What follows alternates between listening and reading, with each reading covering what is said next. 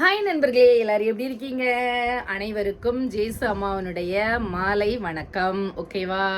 இன்னைக்கு நல்லபடியாக ஸ்கூலுக்கு போயிட்டு வந்தாச்சு. இதுதான் ரதியம்மா வியர் பண்ணியிருக்கிற சாரீ. இந்த சாரியை நீங்கள் ரொம்ப வருஷமாக பார்த்துருக்க மாட்டீங்க. அதாவது முன்னாடி எடுத்த சாரீ தான். ஆனால் நம்ம அப்பப்போ எடுக்கிற சாரியில் சில சாரீஸ் வியர் பண்ணாமல் அப்படியே மறந்து வச்சுருப்போம் இல்லையா, அந்த மாதிரி வச்ச சாரீ தான். சரியா? இப்போ இதுக்கு இந்த மாதிரி பார்டரில் சாரீ ப்ளவுஸ் கொடுத்துருந்தாங்க. ஸோ அந்த ப்ளவுஸ் எல்லாம் இப்போ எங்கன்னே தெரியலனா சாரீ அப்படியே புதுசு மாறாமல் அப்படியே இருந்துச்சு. ஸோ இப்போ இந்த ப்ளவுஸ் இதுக்கு ரொம்ப சூட் ஆச்சு. ஸோ இந்த ப்ளவுஸை போட்டு இன்றைக்கி இந்த சாரீ கட்டியாச்சு. ரதியம்மா ரொம்ப சூப்பராக இருக்கனா, அழகாக இருக்கனா, நல்லா இருக்கனா? சரி, ஓகே. ஒரு வாரமாக உங்கள்கிட்ட பேசவே இல்லை. அது என்னமோ தெரியல நண்பர்களே. நம்ம ரெண்டு பேருக்கும் நம்மளுக்குள்ள 2 பேர் மீன்ஸ் ஒன்றுக்கு மேற்பட்டவர்கள் நம்மளுக்குள்ள பாண்டிங் நம்ம கொஞ்சம் அந்த பேசி ஒரு ரிலாக்ஸ் ஆனால் அது கொஞ்சம் நல்லா இருந்த மாதிரி இருக்குது. ஆனால் பேசலை அப்படின்னு சொன்னோன்னே எனக்கே என்னமோ ஒரு கான்டாக்ட் விட்ட மாதிரி இருக்குது பார்த்துக்கோங்க. அந்த ஃபீல் எனக்கு கொடுக்குது. வேறு ஒன்றுமே இல்லை, வர்றதுக்கு ரொம்ப டைம் ஆயிடுது. ஸோ பேச முடியல. வெளியே பார்க்குறவங்க எல்லாம் என்ன இப்போ வீடியோ போட மாட்டேங்கிங்க ஒழுங்கா அப்படிங்கிற மாதிரி சொல்கிறாங்க. அதே மாதிரி ரீல்ஸ் போடுறீங்களா, ஒரு நாளைக்கு 5 போடுங்க அப்படிங்கிற மாதிரிலாம் நிறைய பேர் பஸ்லலாம் பார்க்குற பிள்ளைங்க எல்லாமே நிறைய கேட்குறாங்க. அப்போ நான் சொன்னேன் எனக்கும் டைம் இல்லைப்பா அப்படின்னு சொல்லிட்டு. சரி, ஓகே. இன்றைக்கி நம்ம எதை பற்றி பேச போகிறோம் அப்படின்னா, நீங்கள் இப்போ பார்த்தோன்னே தெரிஞ்சிருக்கும். அதாவது இப்போ உள்ள ஜென்ரேஷனுக்கு ஒரு தேவையான ஒரு விஷயம். சரியா? யாருமே மனசு கஷ்டப்படுத்துகிற மாதிரியான எந்த ஒரு நிகழ்வையும் பதிவையும் இதில் போடாதீங்க. ஃபஸ்ட்டே நான் சொல்லிட்டேன். நீங்கள் இப்படியா, நீங்கள் இப்படி, உங்கள் குடும்பம் இந்த மாதிரி எதுவுமே போடாதீங்க. சரியா? அது எல்லாமே ஒரு முடிந்து போன கதை. இப்போ நாம் ஒரு நியூ ஜென்ரேஷன்ஸ்க்கு நம்மளால் என்ன டிப்ஸ் கொடுத்தா எல்லாருக்குமே நல்லாயிருக்கும் அப்படிங்கிற மாதிரி தான் நம்ம பேச போகிறோம். கருத்துக்களை நம்ம 2 பேரும் பேசலை, பட் கமெண்ட்ஸில் நம்ம ஷேர் பண்ணிக்கலாம். என்ன அப்படின்னு போட்டிருக்கோம் அப்படின்னா, ஒரு நல்ல கணவரை, அதாவது ஒரு எதிர்கால வாழ்க்கை துணையை தேர்ந்தெடுப்பது எப்படி அப்படிங்கிற மாதிரி ஒரு தலைப்பில் இன்னைக்கு நான் பேசலாம் அப்படின்னு சொல்லிட்டு இருக்கேன். சரியா? இந்த பேசுறதுக்கு எனக்கு என்ன ஒரு ரீசன் டக்குன்னு தோணுச்சு அப்படின்னு சொல்லி பார்த்தோம்னா, ஆஸ் யூஷுவல்ஸ் நம்ம ரொம்ப சும்மா அப்படியே ரீல்ஸ் பார்த்துட்டே இருந்தேன். அப்படி பார்த்துட்டு இருக்கும்போது ரீசெண்டாக ஒரு நடிகையினுடைய ரீல்ஸ் பார்த்தேன் பார்த்துக்கோங்க. பேசி போட்டிருக்கிற மாதிரி ரீல்ஸு. அவங்க நல்ல ஒரு டேலண்டான பர்சன், பிள்ளைங்களை எல்லாமே நல்லா வளர்த்து, நல்லா 2 பெண் குழந்தைங்க நல்லாவே வளர்த்து நல்லா ஒரு பொசிஷன்லாம் வச்சுருக்காங்க. ரீசெண்டாக அவங்களுடைய பொண்ணுக்கு என்கேஜ்மெண்ட் கூட நடந்துச்சு. சரியா? எந்த நடிகர் உங்களுக்கு தெரிஞ்சிருந்தா நீங்கள் கமெண்ட்ஸில் சொல்லுங்கள். எதுவும் நம்ம தப்பாக பற்றி பேசலை. அந்த கருத்து, அவங்க சொன்ன கருத்து உண்மை. பட் அதை பற்றி நாம் அலசி ஆராய போகிறோம். எத்தனை விதத்தில் இந்த கருத்து நடைபெற சாத்தியத்துக்கு ஊறியது அப்படின்னு சொல்லி நம்ம பேச போகிறோம். எப்படி அப்படின்னா, அவங்க என்ன சொல்லியிருந்தாங்க அப்படின்னு சொல்லிட்டு ஃபஸ்ட்டு சொல்லணும் இல்லையா? இப்போ நான் வேகமாக பேசினா எல்லோரும் என்ன செய்வாங்க, என்ன வேகமாக பேசுகிறீங்க அப்படின்ட்டு. ஸோ வேகமாக பேசினாலும் அதுவும் நல்லாயிருக்கும் பேசுகிறதுக்கு. ஸோ என்ன சொல்லியிருந்தாங்க அப்படின்னா, ஒரு பெண் தனக்கு ஒரு வாழ்க்கை துணையை தேர்ந்தெடுக்கும் பொழுது, சரியா, தேர்ந்தெடுக்கும் பொழுது, தட் மீன்ஸ் பெண் தேர்ந்தெடுக்கப்படும் பொழுதுன்னு அந்த பெண் மட்டும் தனியாக தேர்ந்தெடுப்பது அல்ல. ஏன்னா அவங்களுமே அவங்க பெண்ணை தனியாக தேர்ந்தெடுக்கல, எல்லாருமே சேர்ந்து எல்லாருமே இது பண்ணி தான் ஃபோக்கஸ் பண்ணியிருக்காங்க. பட் அவங்க என்ன சொல்கிறாங்கன்னா, ஒரு பெண் தன் கணவரை தேர்ந்தெடுக்கப்படுது இன்றைய காலகட்டத்தில் அப்படிங்காங்க. பழசை விட்டுட்டாங்க, பட் இப்போ சொல்கிறாங்க. நான் சொல்கிறேன் எப்போவுமே அப்படி தான் இருக்கணும். ஸோ என்ன பார்க்கணுமா அப்படின்னா, நீ அவன் பணக்காரனா, படிச்சிருக்கானா, வேலைக்கு போகிறானா, நிறைய சம்பாதிக்கிறானா, அழகாக இருக்கானா, கட்டையாக இருக்கானா, குட்டையாக இருக்கானா அப்படின்னு எதுவுமே நீங்கள் என்ன செய்யக்கூடாதான், பார்க்கவே கூடாதான். சரியா? நிறைய அப்படி இருக்கான்னு சொல்லி பார்க்காம நீங்கள் என்ன பண்ணணும், நல்ல மனுஷனாக இருக்கானா, நல்ல பண்புகள் இருக்கா, நல்ல குணநலன்கள் இருக்கா. சரியா? இது நிறைய இதில் நான் சொல்கிறேன்.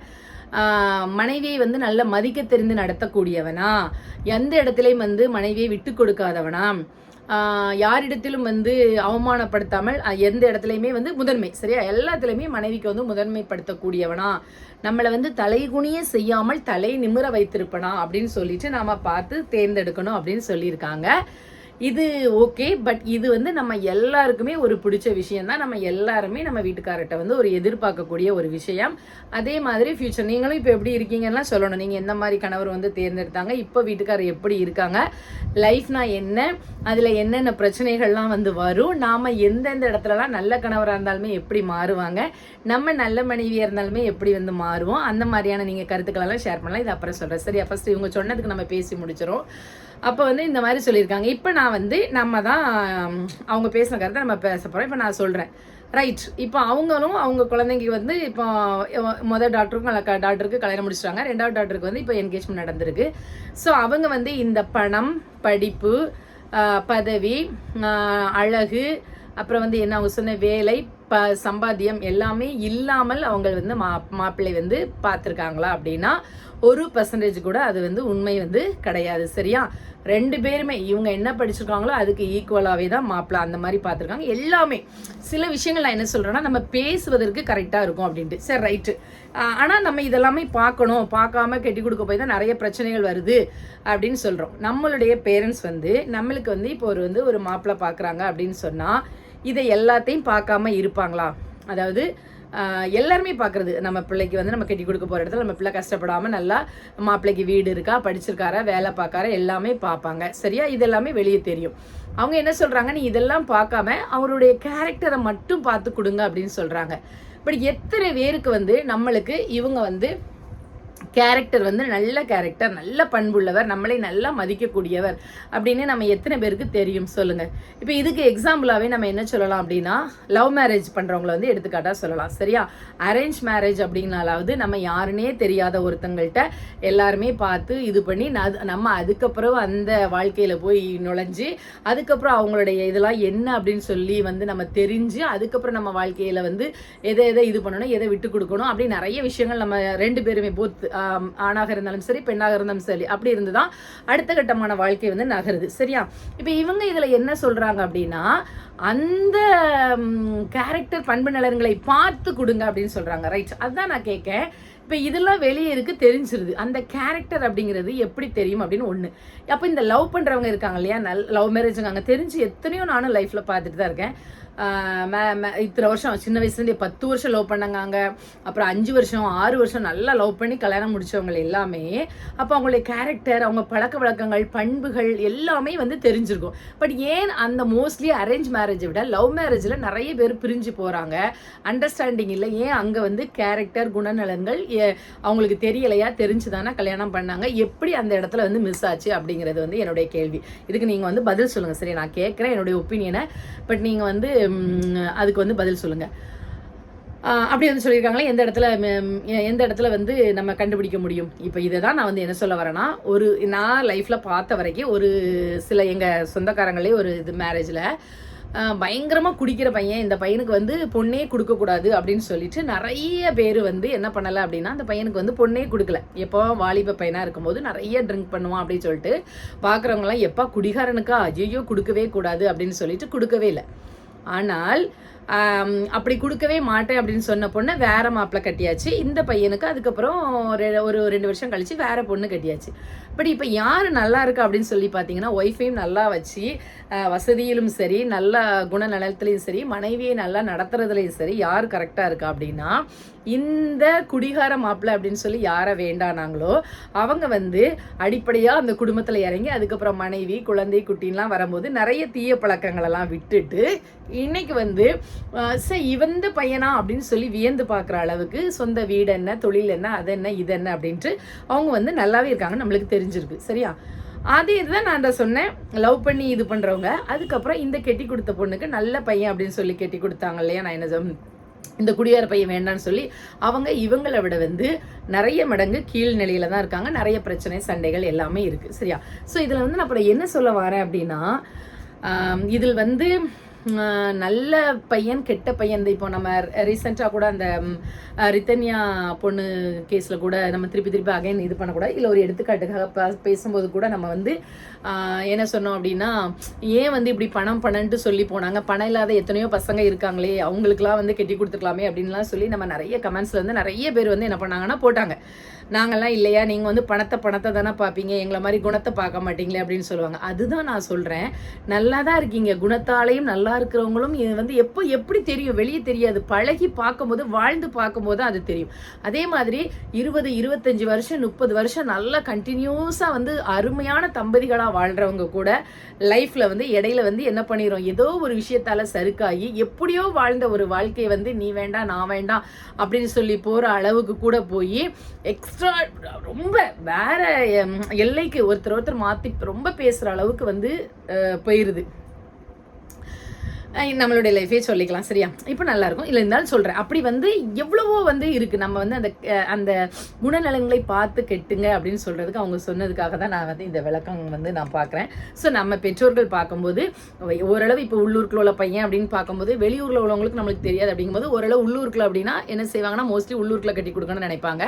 அப்போ பார்க்கும்போது உள்ளூருங்கும் போது இன்னார் பையன் இந்த பழக்கம் இருக்குது, இப்படி இருக்கான், அம்மாவுக்கு நல்ல பையனாக இருக்கான், அம்மாவை நல்லா வச்சுருக்கான், அப்போ வந்து ஒய்ஃபை கண்டிப்பாக நல்லா வச்சுருப்பான், இல்லை வீட்லேயே இது பண்ணிவிட்டு சண்டை போட்டுக்கிட்டு தெரியுவான், அப்போ நாளைக்கு நம்ம இந்த கட்டி கொடுத்தா நம்ம பிள்ளையுடைய லைஃபை நல்லா இருக்காது. இந்த மாதிரி பார்த்து தானே வந்து எல்லாருமே வந்து எல்லா விஷயங்களும் நம்ம பேரண்ட்ஸ் செய்கிறாங்க.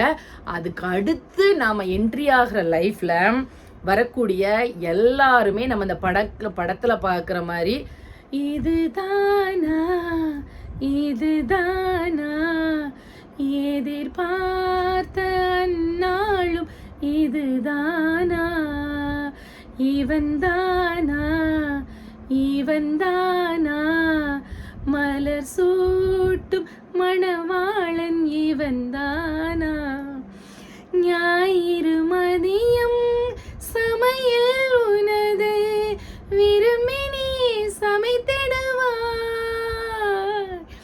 வேடிக்கை பாரின என்னை அமர்த்தி துணிகளும் துவைத்திடுவாய் அப்படின்லாம் இருக்குது. நம்ம இந்த பாட்டில் பார்த்தோம் அப்படின்னா அப்படியே வந்து கணவன் மனைவியினுடைய அப்படி பாச பிணைப்பு அப்படியே ஒரு உள்ளார்ந்த இதெல்லாம் வந்து வச்சுருப்பாங்க.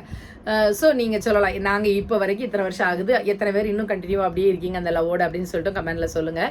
ஸோ இதெல்லாம் வந்து நம்ம மூவியில் பார்க்கும்போது இப்பவும் சரி எப்பவும் அந்த நோக்கிலேயே வந்து லைஃப் இப்படி தான் இருக்கும் அப்படின்னு சொல்லிட்டு போகிறாங்க. கண்டிப்பாக இருக்கும், வராமலாம் இருக்காது, நல்லா அதே மாதிரி இருக்கிறதும் இருக்காங்க. எவ்வளோக்குள்ள நம்ம வந்து ஞாயிறு மதியம் சமையல் உணவு அப்படின்னு சொல்லி நாம் செஞ்சு கொடுக்குறாங்களோ அதே அளவுக்கு வேறு விதமான பிரச்சனைகளும். ஏன்னா மனிதனுடைய மனம் வந்து எப்போவுமே வந்து ஒரே சூழ்நிலையில் இருக்காது.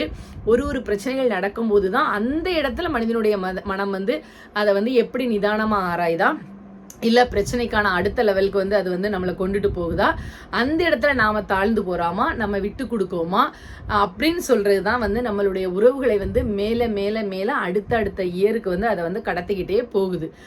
இடையிலே அந்த இதில் வந்து நீ என்ன சொல்கிறது அப்படிங்கிற ஒரு தன்மை வந்து அங்கே வரும்போது தான் வந்து இந்த மாதிரியான எல்லா நிகழ்வுகளுமே வந்து மாறுவதற்கு காரணமாக அமைகிறது அப்படிங்கிறது வந்து என்னுடைய கருத்து. இப்போ நீங்கள் எத்தனை வருஷம் உங்களுக்கு வந்து கல்யாணம் ஆகிருக்கு, உங்களுடைய லைஃப் எப்படி இருக்குது, எப்படி போய்கிட்டு இருக்குது? சில பேர் சொல்லுவாங்க நாங்கள்லாம் வந்து இருந்தாலும் குழந்தைகளுக்காக வந்து நாங்கள் எங்களுடைய லைஃப்பை வந்து நாங்கள் அடுத்தடுத்த கட்டத்துக்கு நகர்த்திக்கிட்டு இருக்கோம் அப்படின்னு சொல்கிறவங்களும் இருப்பாங்க. நிச்சயமாக அது வந்து நிறையா 100 அப்படின்னு எடுத்தோம்னா அதில் வந்து 70-80% பேருடைய வாழ்க்கை வந்து ஆணாகவும் இருக்கலாம், பெண்ணாகவும் இருக்கலாம், இந்த மாதிரியாகவும் இருக்குது, சரியாக நடந்துட்டுருக்கு. அப்புறம் நிறைய ரீசெண்டாக வந்து அடுத்தடுத்து பார்த்தோம் அப்படின்னா நிறைய கொலை, இந்த மாதிரியான பேட் ரிலேஷன்ஷிப்பால் அப்படின்லாம் சொல்லி நிறைய வந்து வந்துட்டு இருக்குது. ஸோ அதுவும் இந்த அண்டர்ஸ்டாண்டிங் இல்லாத ஒரு ஃபேமிலி வாழ்க்கையினால தான் மட்டும் அப்படிங்கிறது. அதுக்குள்ள வந்து நம்ம ரொம்ப டீட்டெயிலாலாம் நம்ம போட நம்ம வந்து இந்த நல்ல வாழ்க்கைக்காக அந்த மேடம் வந்து அவங்க சொன்னாங்க இல்லையா, எதுவுமே பார்க்காம நல்ல இதாக சூஸ் பண்ணுங்க அப்படின்னு சொல்லி பார்க்கும்போது பெற்றோர்களாக நிச்சயிக்கப்பட்ட திருமணத்தில் இருந்தாலும் சரி, நம்ம பிள்ளைங்களா வந்து அவங்களா விருப்பப்பட்டு தேர்ந்தெடுத்த லவ்லனாலும் சரி நல்லா வாழ்கிறாங்க. 10 வருஷம் 15 வருஷம் கழிச்சு அந்த லவ் எப்படி பண்ணோம், நம்ம எப்படி இருந்தோம் அப்படிங்கிற அந்த இதே இல்லாமல் இதாகிருது. கொடூர அளவுக்கு போகிற மாதிரி கூட நிறைய விஷயங்கள்லாம் வந்து நடந்திருக்கு. ஸோ எதையுமே வந்து நாம் வந்து பார்த்து ஆராய்ஞ்சி தெரிய முடியாது. பழக விட்டு கொடுக்க எதான் வழிய வாழ்க்கைங்கிறது நகர்ந்து போயிட்டு இருக்கும். அட்வைஸ் அப்படிங்கிறது நம்ம எல்லாருமே அவங்க சொல்கிற இதை உடனே அதுக்கு அப்ரிஷியேஷன், கைத்தட்டல், லைக்ஸ் அப்படிங்கலாம் வந்து நிறைய வந்து விழுது. பட் இப்போ வந்து அவங்க ஃபார் எக்ஸாம்பிள் அப்படிங்கிற மாதிரி அவங்க ஒரு பெரிய இதில் வந்து படிச்சிருக்காங்க இல்லையா, அவங்க பொண்ணு படிச்சிருக்காங்க, அதே ஈக்குவலான டாக்டர் நினைக்கிறேன், அதே ப்ரொஃபஷனில் இவங்க வந்து பார்த்து கட்டி வச்சுருக்காங்க. நீங்கள் உண்மையிலேயுமே வந்து இது எல்லாமே பார்க்கல அப்படின்னா ஒரு சாதாரணமான பையனில் நல்ல கேரக்டர் யாருக்கு இருக்குது அப்படின்னு சொல்லி பார்த்து நம்ம கட்டி கொடுத்துருக்கலாம் இல்லையா? அப்படி எந்த பேரண்ட்ஸுக்குமே வந்து மனம் வராது. அதே மாதிரி அவங்களுடைய ஈக்குவல் ப்ரெஸ்டீஜ் மீன்ஸ் நான் வேற இதுக்கெல்லாம் போகல, அந்த இதுக்கெல்லாம் நம்மளோட வசந்தம் அந்த இதுக்கே போக வேண்டாம். இப்போ அவங்க வந்து கொஞ்சம் வந்து அவங்க பொண்ணுக்கு ஒரு நார்மலாக நல்லா எல்லாமே பண்ணி கல்யாணம் முடிச்சு கொடுக்க முடியும் அப்படின்னா நம்ம வீட்டில் நம்ம பொண்ணு இப்படிலாம் இருந்திருக்கா, ஸோ போகிற இடத்துலையும் வந்து அந்த வசதிகள்லாம் இருக்கா அப்படின்னு சொல்லி பார்த்து தான் வந்து பெற்றோர்கள் வந்து முடித்து கொடுப்பார்கள். கூடுமானவரை எல்லாருமே எல்லாம் விசாரிச்சு தான் பண்றாங்க. ஸோ ஒன்றும் நடக்கிறதும் அதை அடுத்த கட்டத்துக்கு நல்லதாக்குவதும் தீயவதாக்குவதும் அது நம்மளுடைய கையில் இருக்கின்றது. நம்மளை சார்ந்தவருடைய கையில் அந்த ஃபேமிலி மேட்டர்ல வராத வரைக்கும் இருக்கு. யார் வந்தாலும் நாம 2 பேரும் வந்து கரெக்டான ரூட்ல போகும்போது எந்த ஒரு இதுவும் வந்து நம்மளை வந்து அசைக்க முடியாது. ஸோ இப்போ உள்ள ஜென்ரேஷனுக்கு சொல்றது அதுதான் சரியா. இதுல வந்து நம்ம ஜோசிய மாதிரி அவங்களுக்கு உள்ள புகுந்திருந்து நம்ம பார்க்க முடியாது. ஒன்று இயற்கையாகவே அந்த கேரக்டர் நல்லாவே வந்து நம்மளுக்கும் நல்லபடி அமைகிறது. கடவுள் கொடுத்த வரம். அதான் சொல்லுவாங்க, மனைவி அமைவதெல்லாம் இறைவன் கொடுத்த வரம், கணவன் அமைவதெல்லாம் கடவுள் கொடுத்த வரம் அப்படின்னு சொல்லுவாங்க. ஸோ இன்னைக்கு வந்து இந்த டாபிக் எனக்கு பேசணும் போல இருந்துச்சு. எப்படி இருந்துச்சு ரதியம்மாவுடைய இந்த ஸ்பீச் அப்படின்னு சொல்லுங்க. கமெண்ட்ஸ்ல வந்து பதிவிடுங்கள் நம்மளுடைய இதுவை. ஓகேவா? பாய், டேக் கேர், குட் நைட்.